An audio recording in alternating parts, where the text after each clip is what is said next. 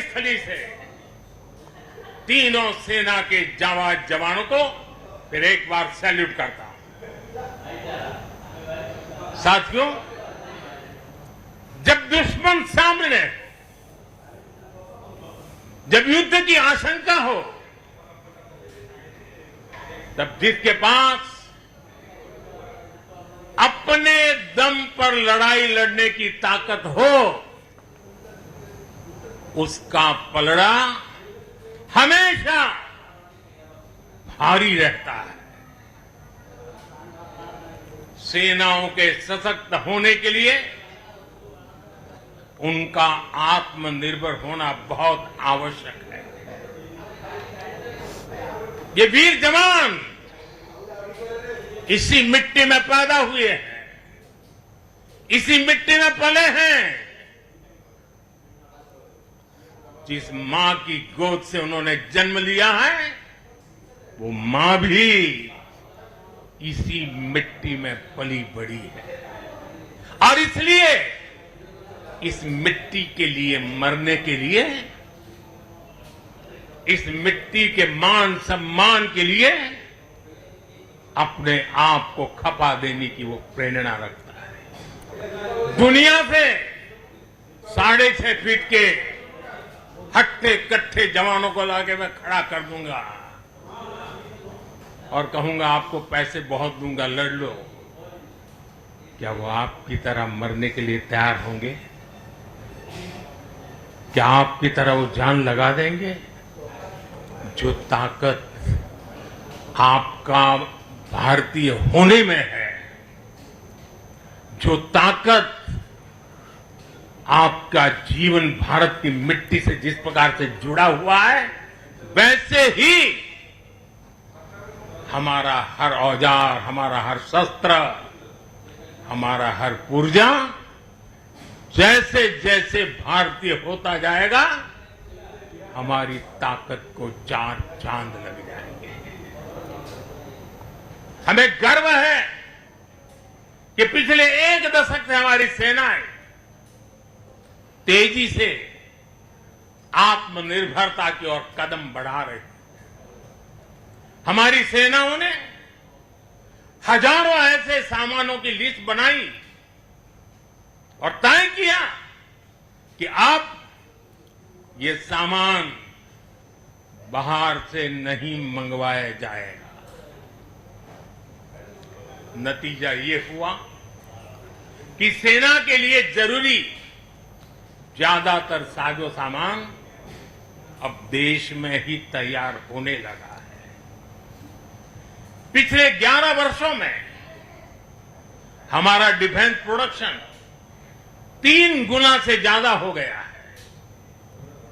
पिछले साल तक ये रिकॉर्ड 1.5 लाख करोड़ रुपए से अधिक पहुंच गया है। मैं एक और उदाहरण देश को बताना चाहता हूं। 2014 से अब तक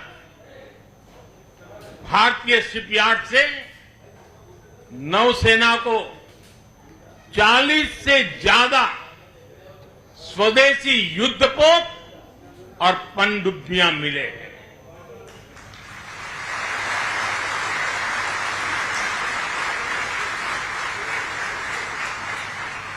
और देशवासी, आप जहां भी मुझे सुन रहे हो, एक आंकड़ा याद रखना।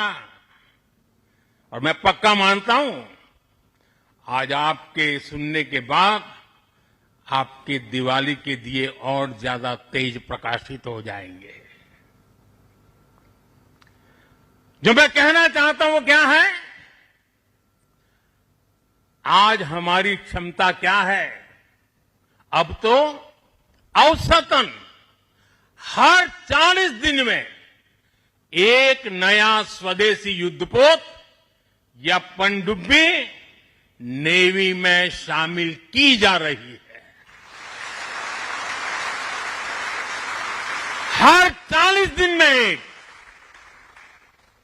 साथियों, हमारी ब्रह्मोस और आकाश जैसी मिसाइलों ने ऑपरेशन सिंदूर में भी अपनी क्षमता साबित की है। ब्रह्मोस को तो नाम ही ऐसा है कि सुनते ही कई लोगों को चिंता हो जाती कि ब्रह्मोस आ रहा है क्या। अब दुनिया के कई देश इन मिसाइलों को खरीदना चाहते हैं। मुझे विश्व के जो भी लोग मिलते हैं उनकी इच्छा एक होती है कि हमें भी मिल जाए।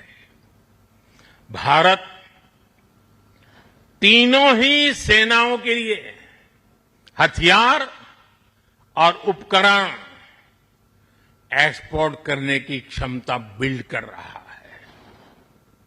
हमारा लक्ष्य है कि भारत पूरी दुनिया के टॉप डिफेंस एक्सपोर्टर देशों में शामिल हो।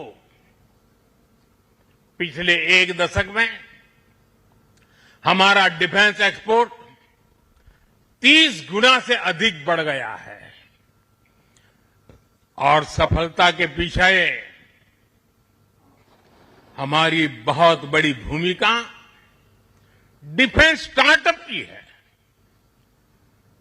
स्वदेशी डिफेंस इकाइयों की है। आज हमारा स्टार्टअप भी दम दिखा रहा है। साथियों, शक्ति और सामर्थ्य को लेकर भारत की परंपरा रही है ज्ञानाय दानाय च रक्षणाय, ज्ञानाय दानाय च रक्षणाय। अर्थात हमारा विज्ञान, हमारी समृद्धि और हमारी ताकत मानवता की सेवा और मानवता की सुरक्षा के लिए होती है। आज जब इंटरकनेक्टेड वर्ल्ड में देशों की अर्थव्यवस्था और प्रगति समुद्री रास्तों पर निर्भर है, तब भारत की नेवी ग्लोबल स्टेबिलिटी में अहम भूमिका निभा रही है।